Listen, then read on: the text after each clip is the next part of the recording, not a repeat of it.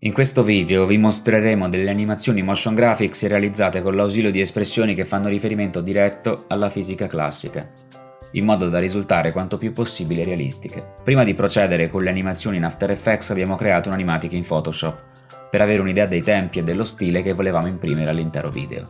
Il primo moto che andremo a descrivere è il moto del pendolo. Come evidenziato dall'equazione si tratta di un moto armonico semplice, a cui è stato aggiunto uno smorzamento esponenziale per simulare la presenza di attriti.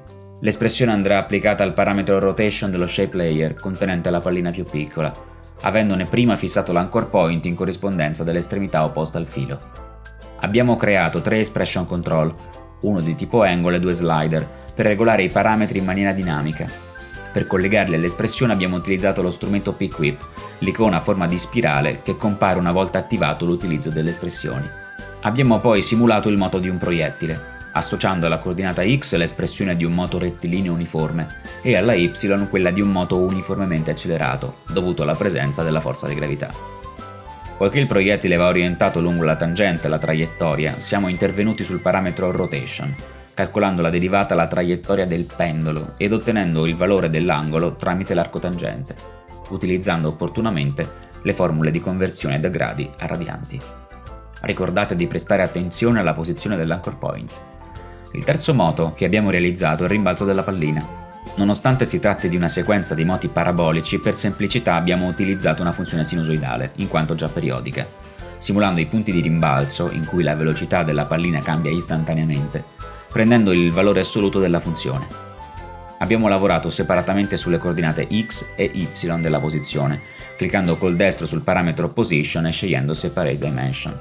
Per fare in modo che il riferimento temporale non fosse assoluto ma relativo all'inizio della clip, abbiamo impostato un'opportuna variabile t in relazione al parametro start time. Sulla x abbiamo un moto rettilineo uniforme, sulla y il modulo di una sinusoide, a cui aggiungere lo smorzamento esponenziale.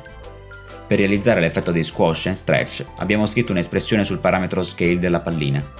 Abbiamo utilizzato dei controlli condizionali annidati, in modo da gestire le diverse fasi di stiramento e allungamento. La sincronizzazione con la traiettoria è stata effettuata per via empirica, facendo riferimento al grafico della coordinata y.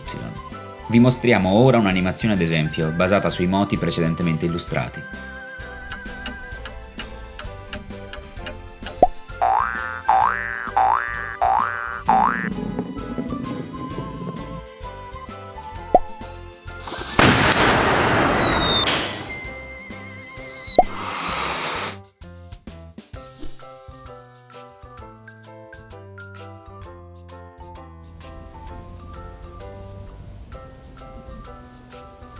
Oh.